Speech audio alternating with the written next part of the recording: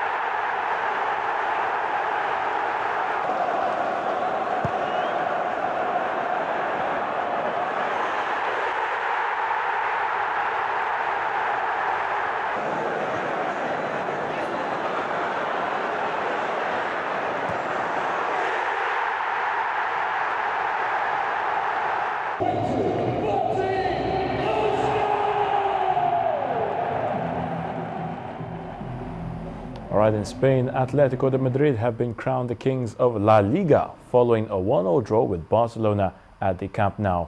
While needing an outright win to finish ahead of the capital side, Alexis Sanchez blasted the home team in front on 33 minutes to raise belief in the stands.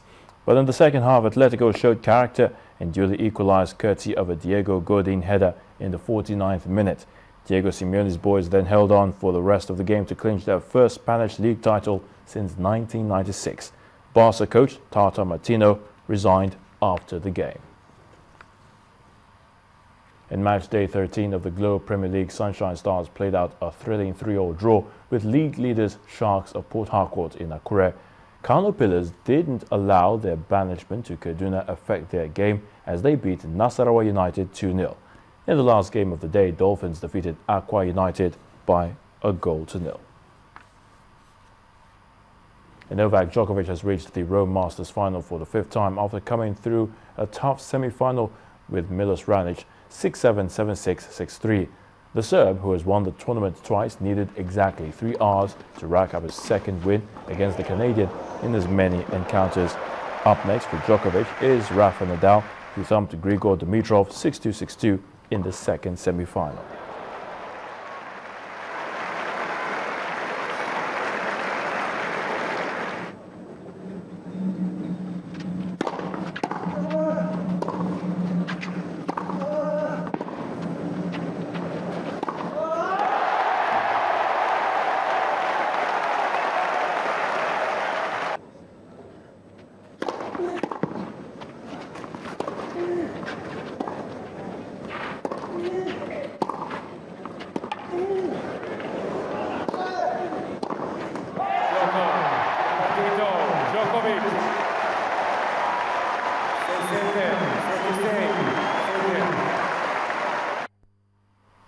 Well, Italian Sara Errani is through to the final of the Rome Masters after beating Jelena Jankovic 6-3, 7-5. Errani's serve was broken early in the first set, but then she soon recovered to level the contest at 2-2 before winning 4 of the next 5 games to clinch the first set. In the second, after digging deep to tie at 4-4, the world number 11 clinched the set when Jankovic hit a backhand into the net. Up next for Errani is Serena Williams, who beat Anna Ivanovic 6-1, 3-6, 6-1 in the other semi-final. Well, that's in the sports news. So Lyman will be back with the rest of the news at 10.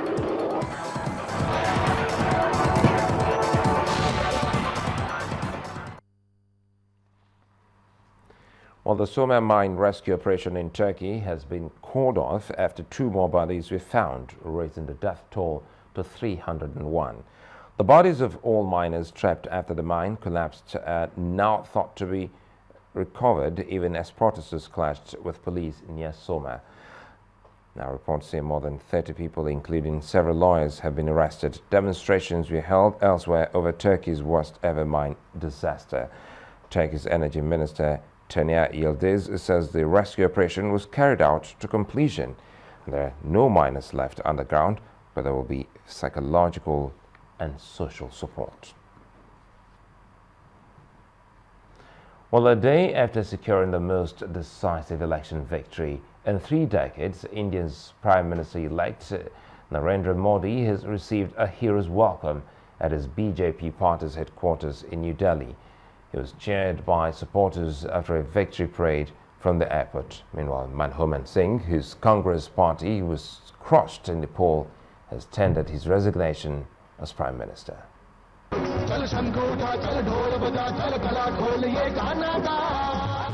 Narendra Modi arrives at his party headquarters in New Delhi to a hero's welcome. The opposition BJP party swept a landslide victory, giving India its first government with a parliamentary majority in a quarter of a century. Around the country, Modi's win is being greeted with optimism and an insistence that he must now deliver on his promises. Modi swept to power promising economic development for all. The absence of unruly coalition partners should help his reform plans and could usher in major economic changes. Meanwhile, as Modi arrived in New Delhi to a triumphant welcome, his outgoing rival was making his farewell speech to the nation. Each one of us should respect the judgment that you have delivered. The just concluded elections have deepened the foundations of our democratic polity. I am confident about the future of India. I firmly believe that the emergence of India as a major powerhouse of the evolving global economy is an idea whose time has come. Manmohan Singh said he was leaving the country in a better shape to be a global economic powerhouse after a 10-year stint at the top.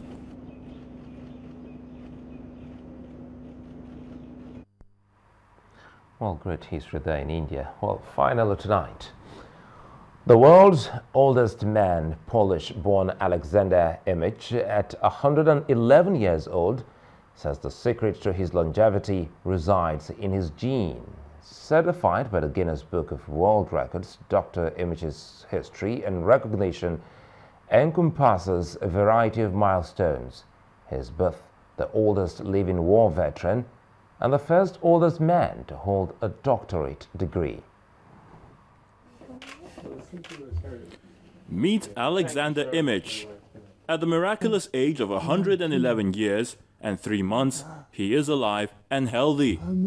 He was born in Poland on February the 4th, 1903. He migrated to the United States of America in 1951, married his wife Wella, and both settled in Connecticut. Years later, she passed on, and he then moved to New York. Imich is one of the few supercentenarians known for achievements other than age. In pursuit of a career, he studied chemistry, bagged a PhD, and became a professor at the age of 95.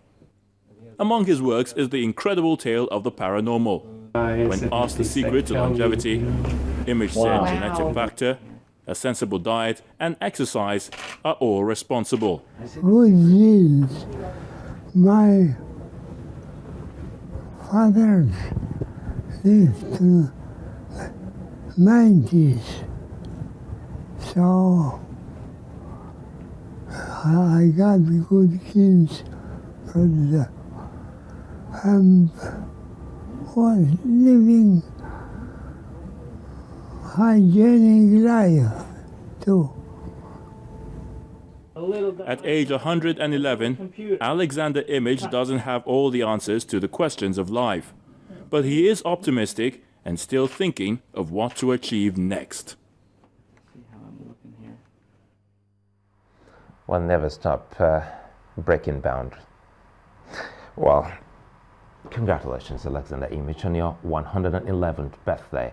Well, the main news again. President Goodluck Jonathan has said that Boko Haram is no longer a local threat, but has become West Africa's Al-Qaeda. President Jonathan has told the international community at the summit in France that he is totally committed to finding the missing Chibok girls.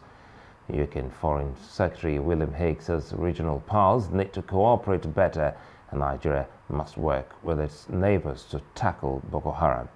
Now, Turkey has called a halt to the Somer mine rescue operation after 2 more bodies were found, bringing the final death toll to 301. That's the news at 10 tonight. Well, thank you for watching.